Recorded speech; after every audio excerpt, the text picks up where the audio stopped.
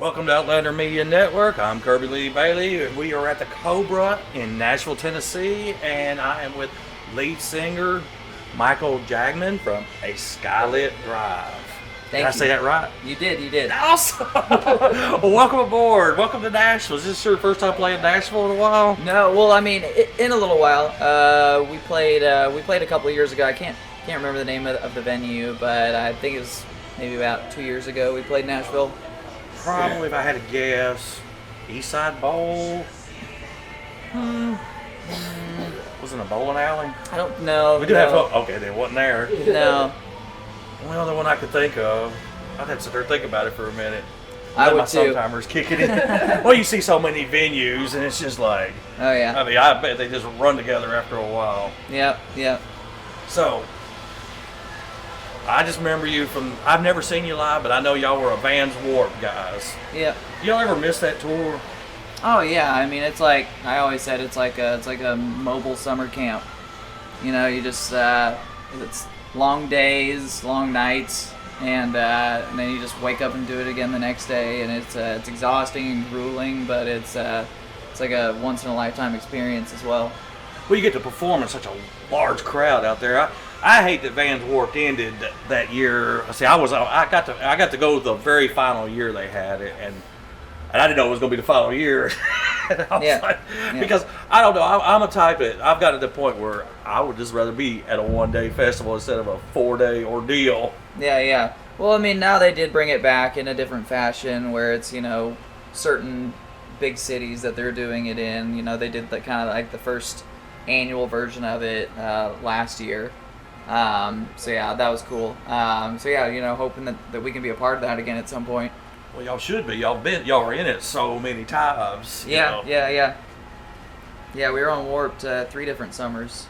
And it, like I said, I can't imagine trying to run that tour. I mean, from the band's perspective, but from a whole perspective, to me, of all the festivals I've been to, I thought that was one of the most organized ones I'd ever seen. Because you had 6 stages rolling out there, and like even the major stage when that one went, this one clicked on, and it was just like clockwork. It was like, how are they doing this? So, you know, I've been to other festivals. It's like, every day the ship just kept rolling. And like I said, you had a big crowd, and it was just fun. Yeah. And like I said, I missed it. I almost caught y'all one time.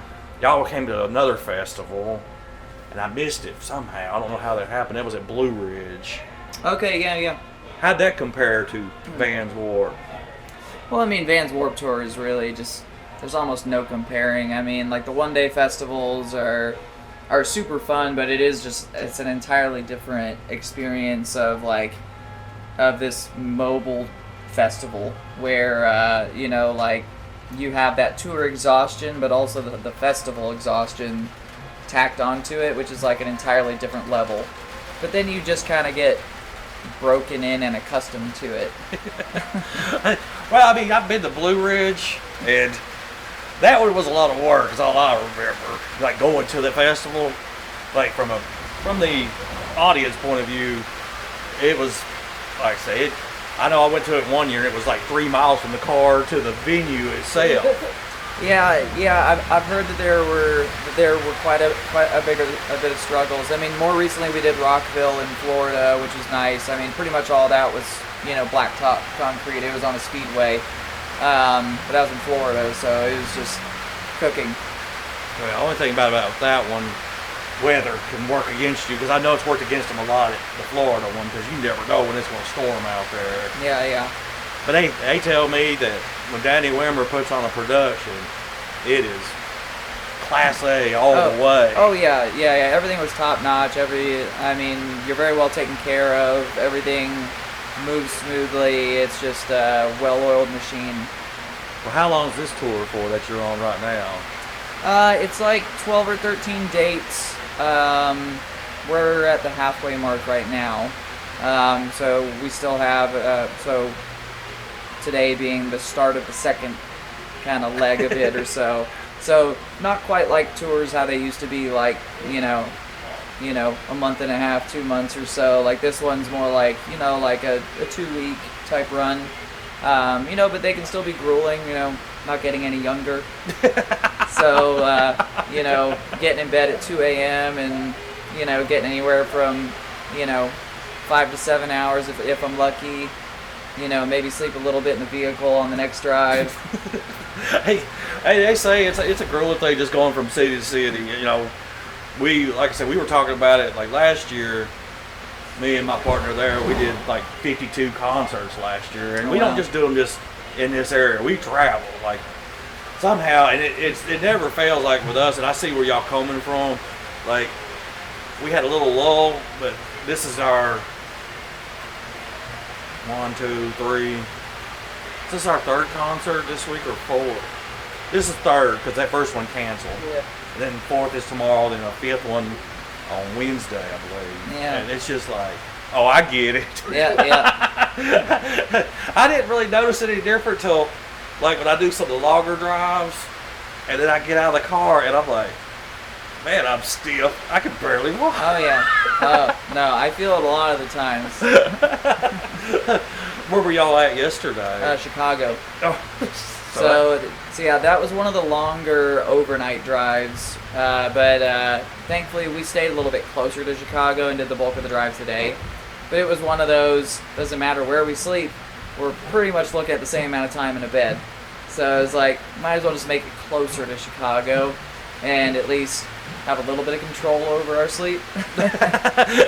Oh, one of the bands told me that they started doing this to help them out on their sleep. They got Planet Fitness memberships, and that way they could get showers in and all that good stuff and sleep in the vehicle as they go. They had that as a backup too to go along with what they got. No. Back in the day, we had an RV, so yeah, I would use my gym membership often back then, and now like when you're in like a van and everything, hotels just become like gold. Well, I tell you, they've changed a lot. The prices of hotels are starting to turn into gold here lately. Yeah, that is true. It used to not be as expensive, and now the hotels are catching up. Yeah, that's everything nowadays. It's crazy. Well, we were looking at a concert. I wanted to go see No Doubt not too long ago at the Sphere in Las Vegas, and I just couldn't get myself to pay. The cheapest ticket I saw was like $540. Oh my lord! And I just couldn't get myself to go. I go high for tickets, but not that high. Yeah. Speaking of Warped Tour, I remember back when I was a spectator going, and it was like no more than $40. Yeah, I think the last year that I went, it was like $70, and and it was great. And now I think you're talking about $300-400 now to go to the show now. Yeah, it's crazy. It's interesting, just how much it's changed. And do you still live in California? Or? So I live in Texas. I've actually been living in Texas ever since end of 2012, early 2013. So yeah, even back when like the band was active, then I was already living in Texas. So yeah, I've been out there for a while. Like one of our guys in California, then one guy, a couple are on the East Coast, like Philly, Buffalo, New York. So we're all kind of scattered now. Do you miss California or? Only the weather. That's it.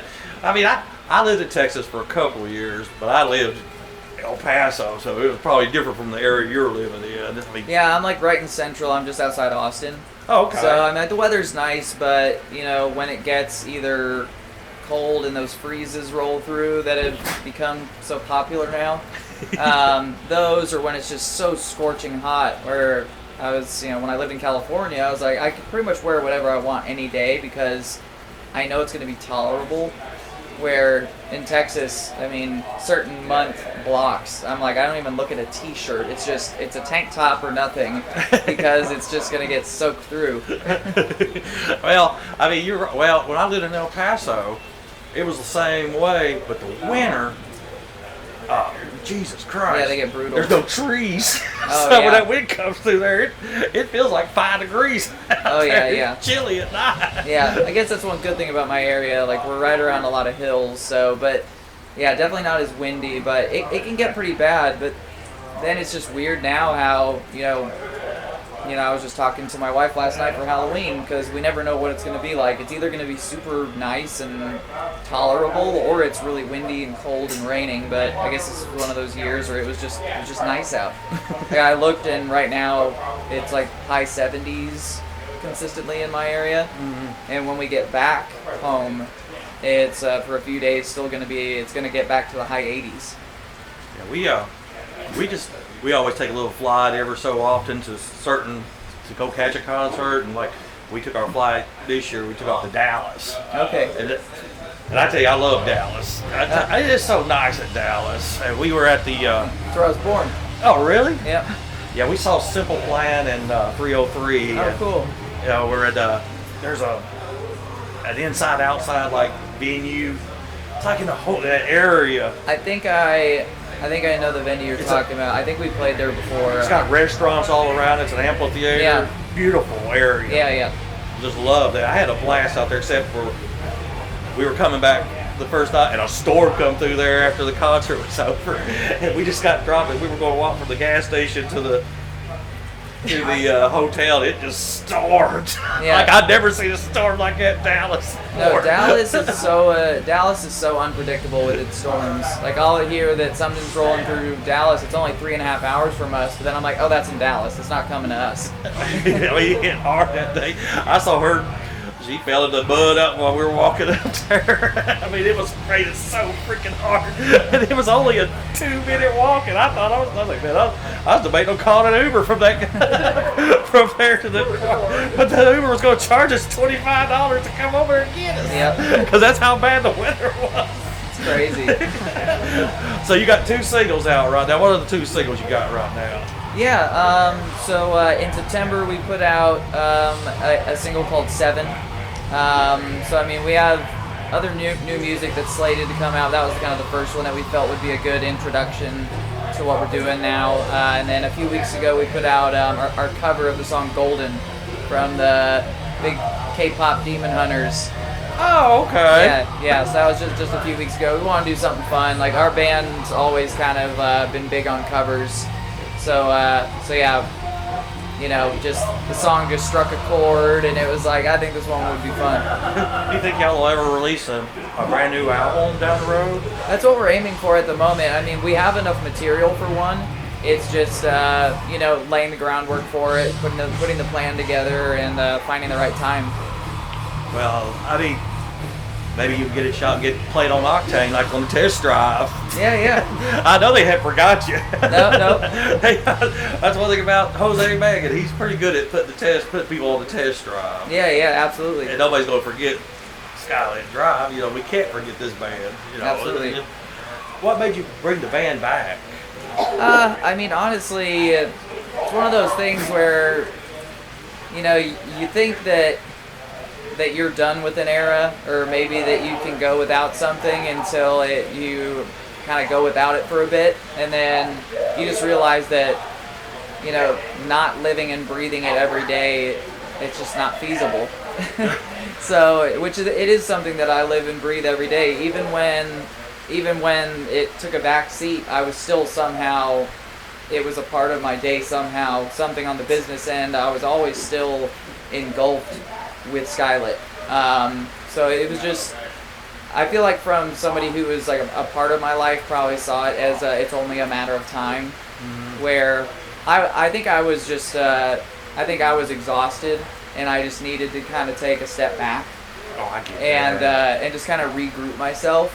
So I didn't really have the wide view lens that I have now of like that I could see it coming back. But I guess it was inevitable to people who were close to me. Well, we'll get off the subject a little bit. Say you're married. How long you been married? Oh man, so we got married in 2015. So 10 years. 10 years. Jeez. Got any children? 2. Yep. Aww. 2 daughters. Yeah, and they're both October babies. So one just turned 9, the other just turned 15. Wow. Yep. Hey, it's always the best thing in the world. I have 2 daughters. I get it. Yep. Somebody said, "Did you want a son?" I could afford to have a third child.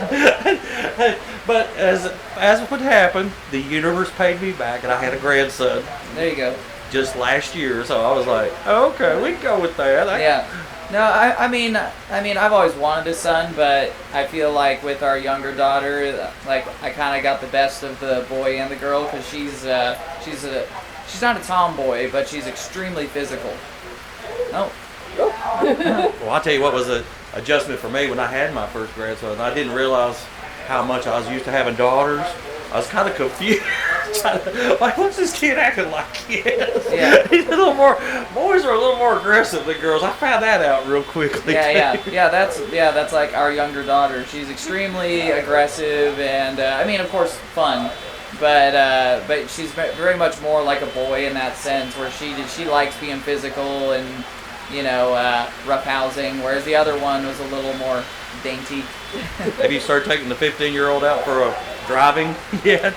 She's coincidentally been hounding more for it, so that's probably on my to-do list. Well, Probably not far from now. like I have two daughters. Like with one, when I was riding passenger with her, I'm kind of hitting the invisible brake. The other one, I was hitting the invisible gas. Yeah. I'm driving too slow and driving me nuts. Yeah. And it seems like every time that somebody needed to learn how to drive, I always had to go over and fool with them. Yeah. It's like you know, I guess they think I must be patient because I mean, there are a few moments that you think I might die on this trip. Yeah. But I love them both, and they've been wonderful for me. And it's a great experience having girls, and been fortunate enough.